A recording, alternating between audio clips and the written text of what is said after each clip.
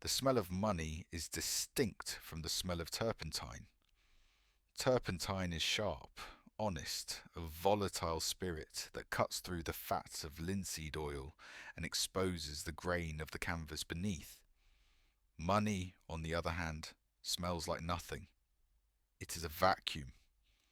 It sucks the air out of a room, leaving behind a sterile, climate-controlled void where nothing decays, nothing changes, and nothing is truly alive. I stood in the corner of the Lumina Gallery in Chelsea, trying to make myself as two-dimensional as the art on the walls. The space was a cathedral of the new religion. White walls, polished concrete floors that looked like frozen milk, and track lighting calibrated to 5000 Kelvin. Perfect daylight simulation designed to strip away shadows and secrets. It was aggressive in its neutrality. I adjusted the collar of my suit. It was a Brooks Brothers, vintage 1985, slightly frayed at the cuffs. It smelled faintly of mothballs and the cedar closet in my hallway. To the people in this room, I was an anomaly, a texture error in a high-resolution render. Grandpa, stop fidgeting. Maya appeared beside me. My granddaughter. She was 26, beautiful in that sharp, curated way that New York demands of its gatekeepers. She wore a black dress that cost more than my car, and her headset was blinking with the manic rhythm of a panicked heart. I'm not fidgeting, Maya, I said softly.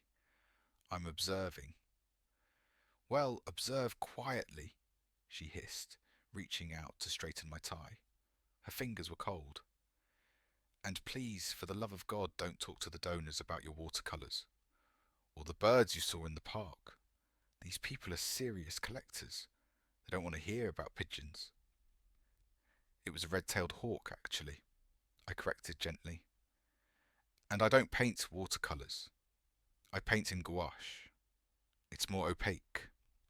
Maya rolled her eyes. It was a gesture of affection, I knew, but wrapped in layers of professional anxiety. Just drink the champagne, she said, grabbing a flute from a passing waiter and shoving it into my hand. Stay by the wall. Julian Sterling is going to make the announcement in 10 minutes. This is the biggest night of my life, Grandpa. The Lost Volkov. $80 million. If this goes well, I make partner. If it goes badly, well, it can't go badly. She looked at me, her eyes pleading. Please don't embarrass me. I will be a ghost, I promised. She squeezed my hand. A brief flash of the little girl who used to sit on my knee while I mixed pigments in the kitchen. And then she was gone, swallowed by a school of sharks in bespoke suits. I took a sip of the champagne. It was dry, expensive, and tasted of metal. I leaned back against the wall, to Maya, to the gallery staff, to the world. I was Bill, just Bill, the retired house painter who lived in a small, cluttered house in Queens. The eccentric old man who spent his days mixing rabbit skin glue and grinding lapis lazuli in a utility closet because he liked the colours. They didn't know. They didn't know that 40 years ago my name was spoken in hushed tones in the back rooms of Sotheby's and Christie's. They didn't know that I was the Eye. They didn't know that I was the man who brought down the Geneva forgery ring in 1992 by noticing that the dust in the cracks of a Renaissance panel contained pollen from a flower that only grew in Southern California. I left that life. I walked away when the art world stopped being about beauty and started being about asset management. But you can retire the man. You cannot retire the vision. I looked around the room. To a layman, it was a party. To me, it was a forensic crime scene waiting to happen. I watched a woman in a red silk dress lean too close to a Warhol print. I saw the humidity from her breath condensing on the glass. I saw a man in a velvet blazer gesture with his wine glass, a micro droplet of Shiraz landing on the pristine white pedestal of a sculpture. My eyes drifted to the frame of a minor Kandinsky hanging near the restroom. There was a smudge on the glass. Upper right corner. A fingerprint. Probably from the installer. My fingers twitched. The muscle memory of preservation. I wanted to pull a microfiber cloth from my pocket and wipe it clean. I wanted to respect the work, but I stayed still. I was a ghost. "Ladies and gentlemen," the voice boomed through the gallery, silencing the murmur of gossip and commerce. Julian Sterling stood on a raised platform at the far end of the room. He was the owner of Lumina, a man of 50, tanned to the colour of a fresh saddle, with teeth that were blindingly white. He wore a suit that shimmered under the lights, shark skin, fittingly. "Tonight," Sterling announced, opening his arms like a messiah, "we do not just sell art, we recover history." A ripple of applause, polite, expectant. "For 60 years it was a rumour," Sterling continued, his voice dropping to a theatrical whisper. "A ghost story told by historians. Kazimir Volkov, the prodigy of the Russian avant-garde, the rival of Malevich, the man who painted the geometry of the soul. We knew he painted a final masterpiece in 1920, just before the Soviet crackdowns began. We knew it was titled Suprematist Composition, Red and Void. But we thought it was destroyed." He paused. He looked at Maya, who was standing by a massive curtained easel, looking terrified and proud.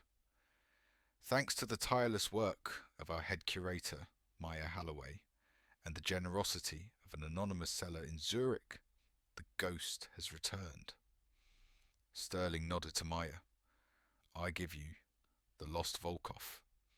Maya pulled the cord. The velvet curtain fell. The room gasped.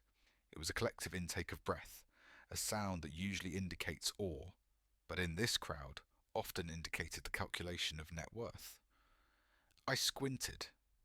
The painting was large, maybe 4 feet by 5. It was an oil on canvas, framed in a simple period-appropriate strip frame. It was aggressive. A chaotic explosion of geometric forms floating in a white abyss. A massive, jagged red triangle pierced a black circle. Yellow bars floated in the periphery like debris from a cosmic collision. It was classic constructivism. It screamed of revolution, of the machine age, of the breaking of the old world.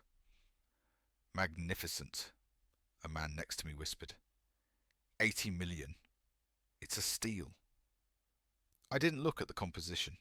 Composition can be copied. Anyone with a ruler and a steady hand can mimic the geometry of Volkov. I looked at the skin. I stepped away from the wall. I couldn't help it. The gravitational pull of the canvas was too strong. I moved through the crowd. I was small, unobtrusive. I manoeuvred between the elbows of hedge fund managers and the handbags of socialites. I got within 10 feet of the painting. I adjusted my glasses. I switched my vision from social to macro. First, the craquelure. Oil paint dries slowly. As it oxidizes over decades, it loses flexibility. It becomes brittle. When the canvas expands and contracts with humidity, the paint cracks. A painting from 1920 should have a specific crack pattern, a spiderweb network of fine fissures, deep enough to expose the ground layer. I looked at the black circle. There were cracks, but they looked uniform, too rhythmic. Natural aging is chaotic. Nature breaks things in random fractal patterns. These cracks looked like they had been induced, rolled. When a forger wants to fake age, they paint the canvas, let it harden, and then roll it around a cylinder to force the paint to snap. It creates a pattern that looks like a ladder. Snap, snap, snap. I saw ladders. I felt a cold prickle on the back of my neck. Grandpa, Maya hissed. She had materialized beside me again. Back up. You're too close. The white, I whispered, ignoring her. What? The white background, I murmured. It's too bright. Too creamy. It's titanium white, Maya whispered back, keeping a smile plastered on her face for the donors. Volkov used titanium white. We checked. Titanium white was available in 1920, I agreed. But it was gritty. It was unrefined. This looks like butter. It looks like it was ground by a machine, not a stone. Stop it, Maya pleaded. The lab report is conclusive. We sent a sample to London. Carbon dating of the canvas places it between 1915 and 1925. Carbon dating dates the fibre, I said, my voice hardening. Not the paint. You can buy a 1920s canvas at a flea market for $5. You scrape off the old painting, a bad portrait of a grandmother, a landscape of a cow, and you have a period-correct surface. It's called a palimpsest. You don't know what you're talking about, Maya said, her voice trembling. You paint birds, Grandpa. This is the Russian avant-garde. Excuse me. A voice cut through our hushed argument. It was a tall man with thick glasses and a bow tie. Arthur Penderecki, the art critic for the Times. A man I had once fired from an internship in 1989 for confusing a Manet with a Monet. A question for the curator, Penderecki announced, turning to Maya. The room went quiet. Sterling beamed, expecting a softball question. Miss Halloway, Penderecki said. The brushwork in the red triangle. It seems remarkably fluid. Volkov was known for his dead hand technique. He hid his brushstrokes. He wanted the painting to look like it was made by a machine. This looks almost expressive. How do you account for that deviation? Maya froze. She looked at Sterling. Sterling nodded, encouraging her. Well, Maya stammered, falling back on her prepared talking points. Scholars believe that in his final year, Volkov was moving away from pure mechanical reproduction. He was embracing a more human touch. It's a transitional work. That's what makes it so valuable. Penderecki nodded, scribbling in his notebook. A bold theory. But plausible. The crowd murmured approval. They liked bold theories. Bold theories increased ROI. I looked at the red triangle. Penderecki was right about the brushwork, but he was missing the point. It wasn't just fluid. It was hesitant. A master paints with conviction. A forger paints with fear. The brushstroke drags because the hand is thinking, is this right? Does this look like Volkov? It was the hesitation of a liar, but that wasn't the smoking gun. Brushwork is subjective. You can argue about brushwork until the sun burns out. I needed objective truth. I needed chemistry. My eyes drifted to the yellow bars in the periphery, then to the small, vibrating blue square in the lower left corner. It was a deep, rich, electric blue. It seemed to float off the canvas. It had a depth that sucked the light in and threw it back out. I stared at it. I blinked. I knew that blue. I'd spent 6 months in 1996 staring at that blue while investigating a fake Kandinsky in Berlin. It resonated. It vibrated. Phthalo, I whispered. What? Maya asked. I stepped forward. I didn't mean to. My legs just moved. I walked past the velvet rope. Sir! A security guard stepped forward. Let him speak, Sterling said, laughing. Maya's grandfather has an opinion. Let's hear it. It's charming. Sterling walked over to me, holding his microphone like a scepter.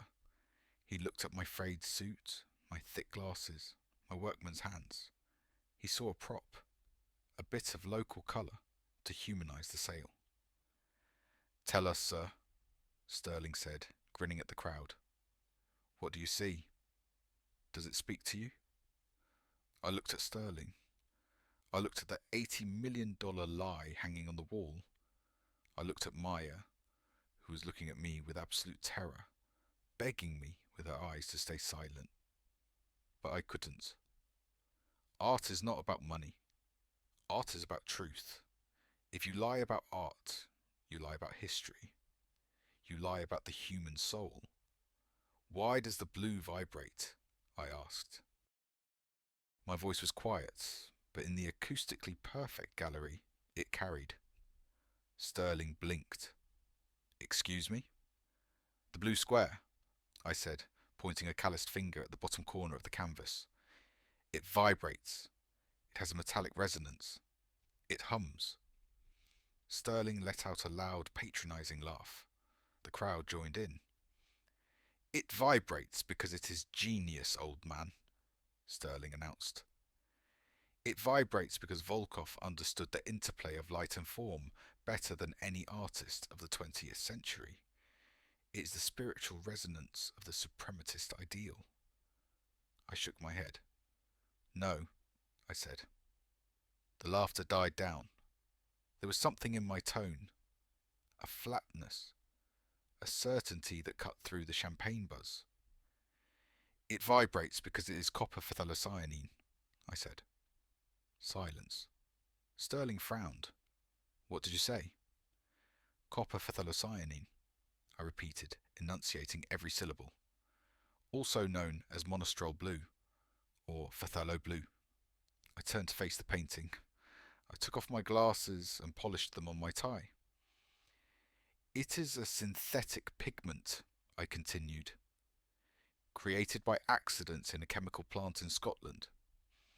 It is characterized by its intense tinting strength and its tendency to bronze or vibrate under halogen light. I put my glasses back on. I looked directly at Sterling. It was invented in 1935, I said. It wasn't commercially available to artists until 1936.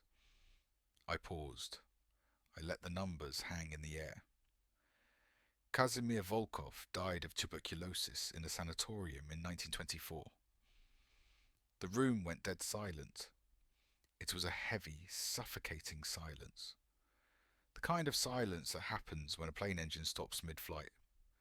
Maya let out a small, strangled sound. Sterling's smile didn't disappear. It froze. It became a rictus mask. That is ridiculous, Sterling stammered. The lab report, the provenance. We have papers from the Soviet archives. Papers can be forged with a typewriter and old tea bags, I said softly. Chemistry cannot be forged. That blue is impossible. I walked closer to the painting. The guard made a move to stop me, but Sterling waved him off. Sterling was pale now. He needed to crush this. You are a house painter, Sterling sneered, his voice rising. My curator told me. You paint fences, and you think you know more than the finest laboratory in London? I don't paint fences, I said. I paint walls. And when you paint walls for 50 years, you learn about pigments. You learn that ultramarine, which is what Volkov would have used, is sedimentary. It is grainy. It sits in the canvas. Phthalo is a stain. It sits on the canvas. I pointed at the blue square again. Look at the edge, I said. See the bleed? Ultramarine doesn't bleed. Phthalo bleeds. It's too strong. It's eating the white around it. I turned to the crowd. I saw the doubt creeping into their eyes. The hedge fund managers were putting their checkbooks away. Penderecki, the critic, was leaning forward, squinting at the blue square with sudden intensity. "This painting," I said, my voice steady, "was painted after 1935, likely in the last 10 years, given the lack of genuine oxidation in the binder. It is a fake, a very good fake, a palimpsest on an old canvas, but a fake nonetheless." Sterling stepped down from the platform. He walked up to me until he was inches from my face. I could smell his cologne, sandalwood and panic. "You senile old fool," Sterling hissed, low enough that only I could hear. "You are destroying an $80 million deal. I will ruin you. I will sue you for slander until you lose that pathetic shack you live in." I looked him in the eye. I didn't blink. "Who are you?" Sterling demanded, his voice shaking with rage. "Who is this geriatric?"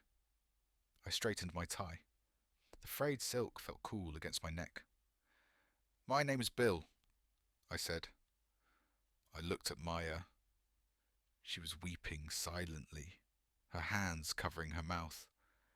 I hated that I had done this to her, but I had to. To let her sell a lie would be the greater cruelty. "But a long time ago," I added, looking back at Sterling, "people called me the Eye." I turned my back on him. "And I suggest you turn off the spotlights," I said over my shoulder. "Phthalo blue is not lightfast in its early formulations. You're fading the merchandise." The transition from the gallery floor to the director's office was not dignified.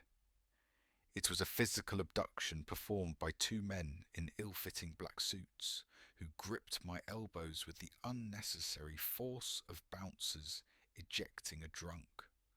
They marched me past the horrified faces of the donors, past the weeping installation artists, and through a hidden door that was flush with the white wall. The office was a shrine to Julian Sterling's ego. It was all glass, chrome, and black leather. It smelled of ozone and expensive espresso. On the walls hung photographs of Sterling shaking hands with celebrities, politicians, and oligarchs. A visual resume of a man who collected people the way others collected stamps. They shoved me into a chair. It was a Le Corbusier LC2. Authentic. The leather was supple, the chrome frame cold against my hand. Sterling stormed in behind us, slamming the door so hard the glass partition rattled. Maya followed him, her face a mask of ruined mascara and absolute devastation. "Get out!" Sterling screamed at the security guards. "Wait in the hall. Make sure no one comes in. Especially not that vulture Penderecki from the Times." The guards retreated. Sterling turned on me. His face was a topographic map of rage. The veins in his neck were distended cords of blue rope. "You have destroyed me," Sterling hissed, pacing the room like a caged tiger. "Do you have any idea what you just did?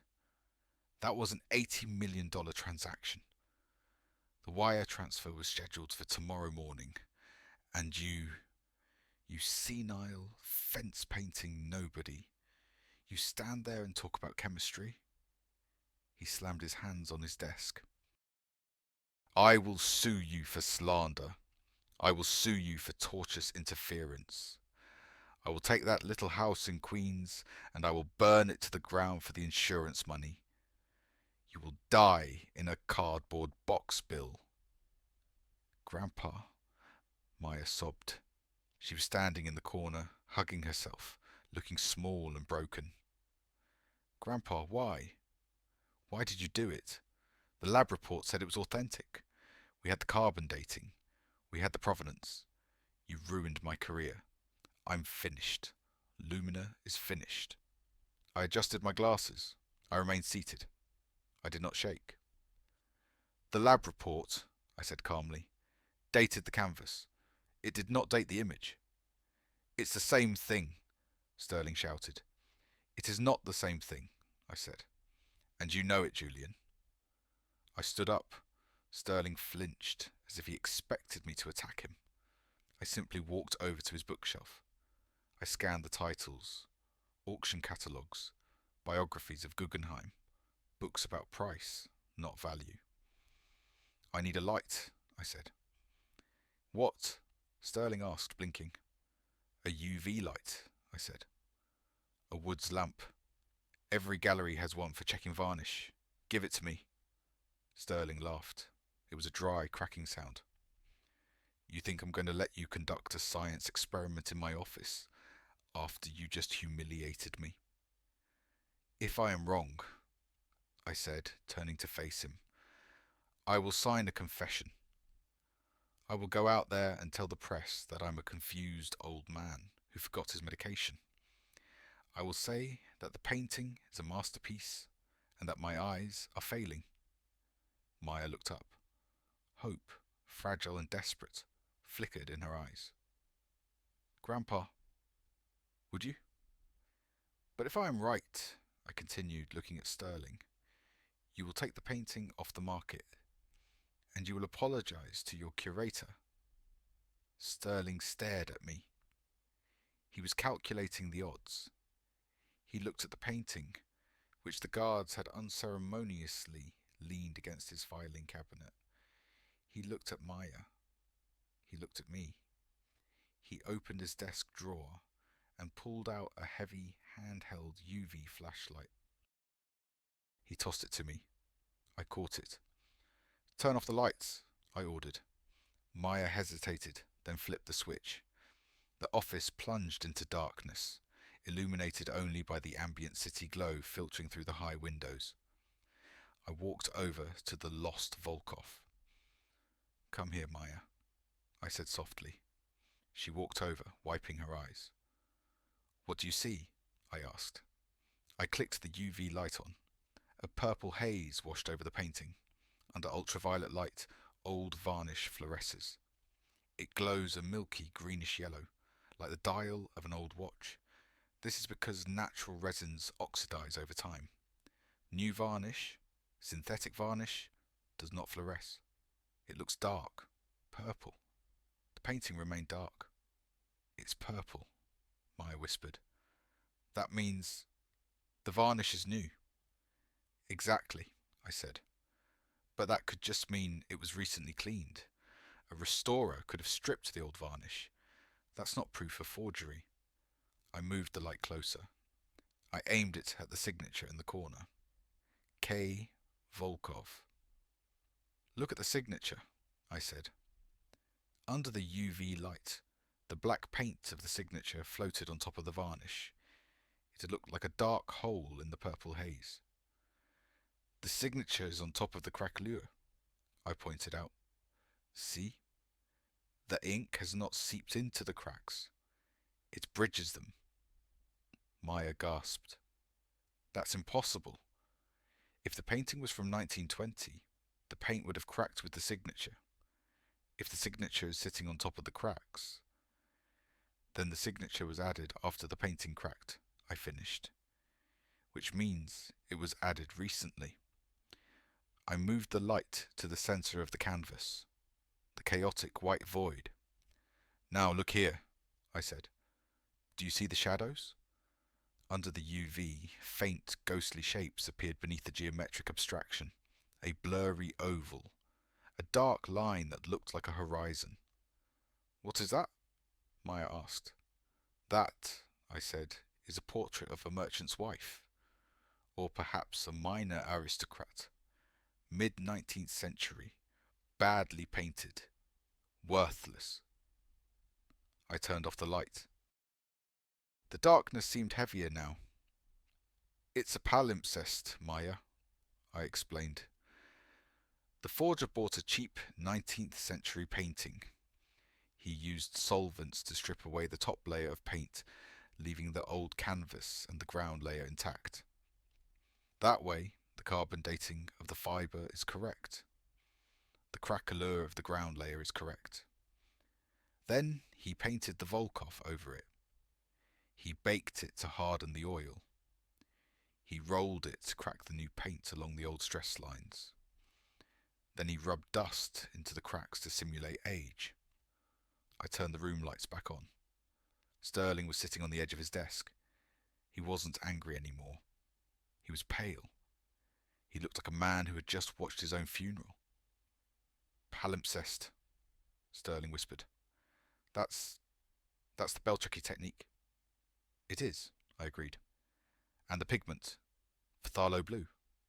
A lazy mistake, or an arrogant one. He assumed no one would look that closely. Sterling looked at me. He really looked at me for the first time. He looked past the frayed suit and the thick glasses. He saw the way I held the UV light, like a weapon I had used 1,000 times. You, Sterling said slowly, you aren't a house painter. I told you, I said. My name is Bill. No, Sterling shook his head. The pigment analysis, the knowledge of the cracking patterns, the confidence. He stood up and walked toward me. In 1994, there was a scandal in Paris. A cache of Modigliani sketches found in a basement. Everyone authenticated them. The Louvre wanted them. But one man refused. One man proved that the paper was made from pulp that contained trace amounts of nuclear fallout isotopes, dating it post-1945. Sterling's eyes widened. That man disappeared. They said he retired. They said he burned the fakes in a courtyard and walked away. He pointed a shaking finger at me. You are William Halloway. Maya looked at me, confused. Halloway? That's our name. But, Grandpa? You are the I, Sterling whispered. The man who destroyed the Geneva ring. I placed the UV light on the desk. I didn't burn the Modiglianis, I said softly. I archived the ashes. There is a difference. Sterling sank back into his chair. He let out a long, shuddering breath. The fight had left him. He was no longer a shark. He was just a fish in a tank that had suddenly run dry. I suspected, Sterling admitted, his voice hollow. With the Volkov, the seller, he was too eager. The price was too good. But I wanted it to be real. I needed it to be real. The gallery is in debt, Halloway. I needed the 80 million. And you were willing to destroy history to get it, I said. It's just a painting, Sterling snapped, a flash of his old arrogance returning.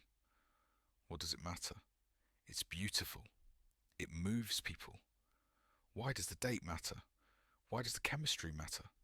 If they believe it, it's real. That, I said, is the logic of a con artist, not a curator. I turned to Maya. She was staring at the fake Volkov. She reached out and touched the canvas, her fingers trembling. It's all a lie, she whispered. My big discovery, my career, it's all based on a lie. She looked at me. But Grandpa, if this is a fake, then where's the real one? The real one? Sterling laughed bitterly. There is no real one. It was destroyed by the Bolsheviks in 1921. Everyone knows that. This was a fantasy. It was documented, Maya argued, her voice rising. There were photographs in the archives. Volkov wrote about it in his diary. Suprematist composition, red and void. It existed. It existed, I said. Maya spun around. You speak in the past tense. So it's gone? I looked at my watch.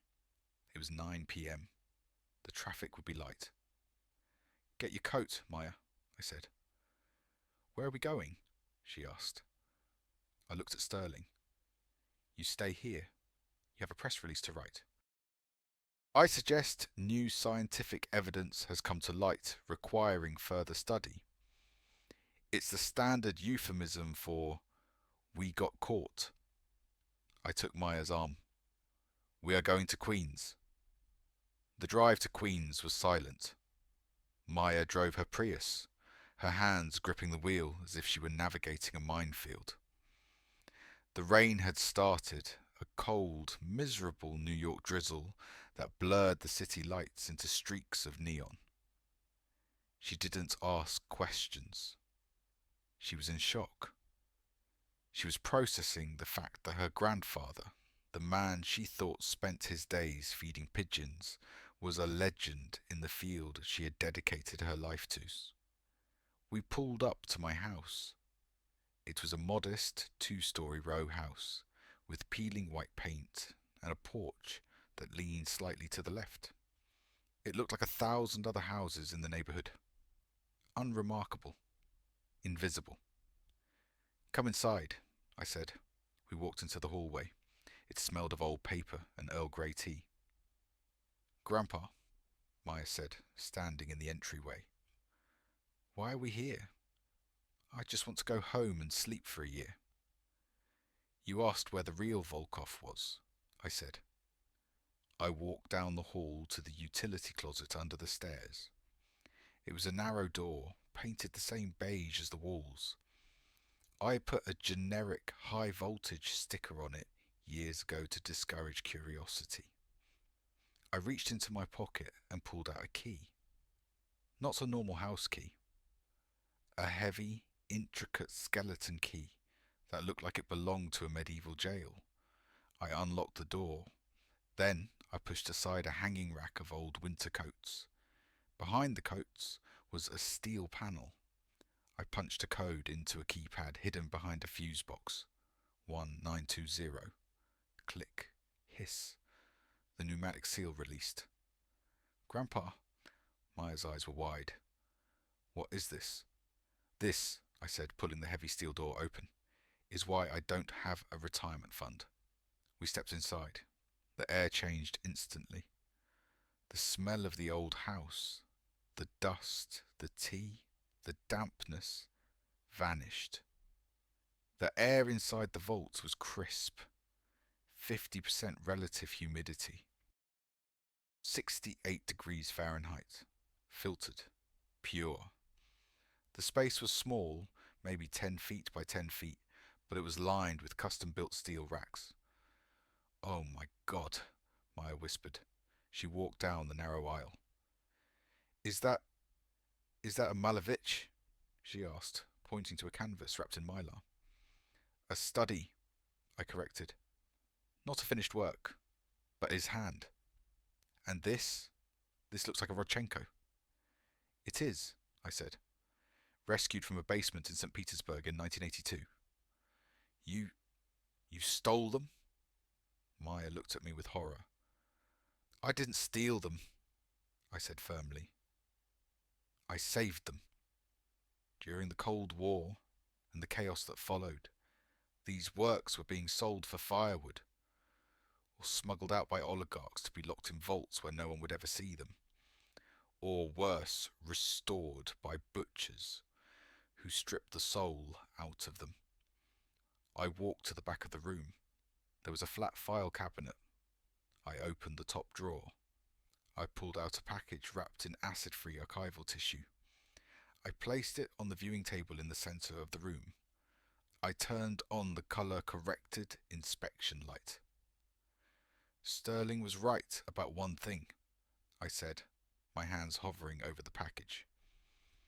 Volkov died in 1924, but he didn't die in a sanatorium. He died in a cold water flat in Moscow, starving, painting on bedsheets because he couldn't afford canvas. I unfolded the tissue paper. My father was a GI, I said. He was in Berlin in 1945. He found a crate in the ruins of a bombed-out train station. It was marked for transport to a salt mine. Nazi loot. He didn't know what it was. He just liked the colours. He brought it home in his duffel bag. I pulled the final layer of paper away. He kept it in the attic. I found it when I was 12. It was the first time I ever really saw anything. The painting lay exposed under the light. suprematist composition, red and void. It was smaller than the fake in the gallery, maybe 2 feet by 3. The canvas was rough, uneven. You could see the weave. But the paint was alive.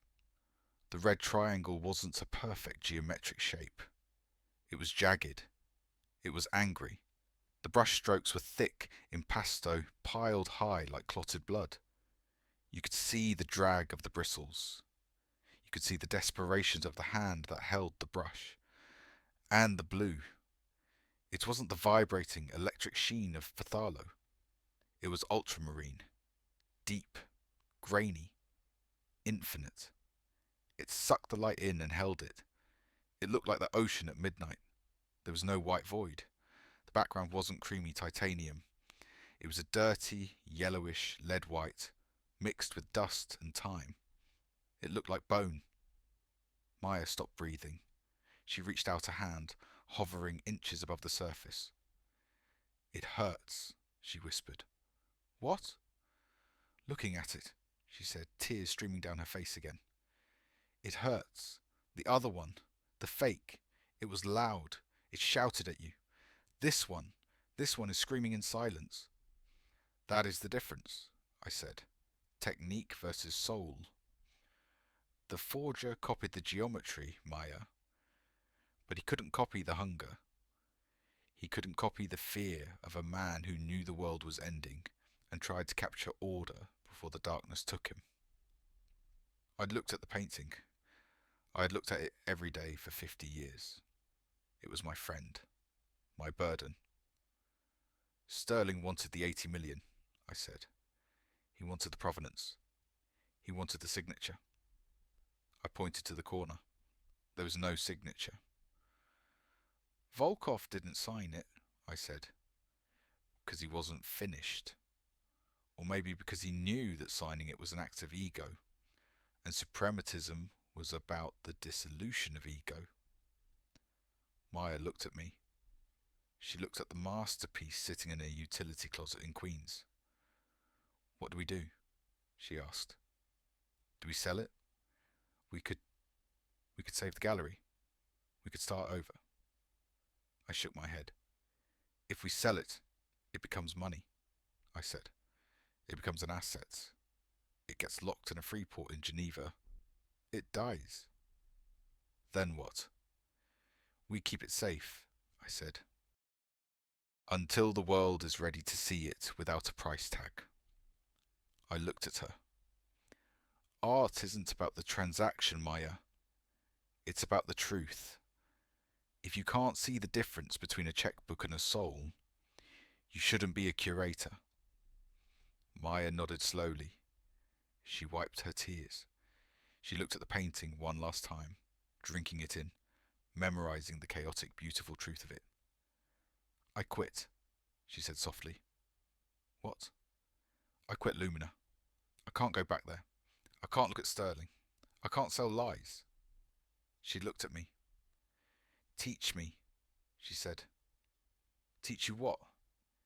"Teach me how to see," she said. "Teach me about the pigments. Teach me about the dust.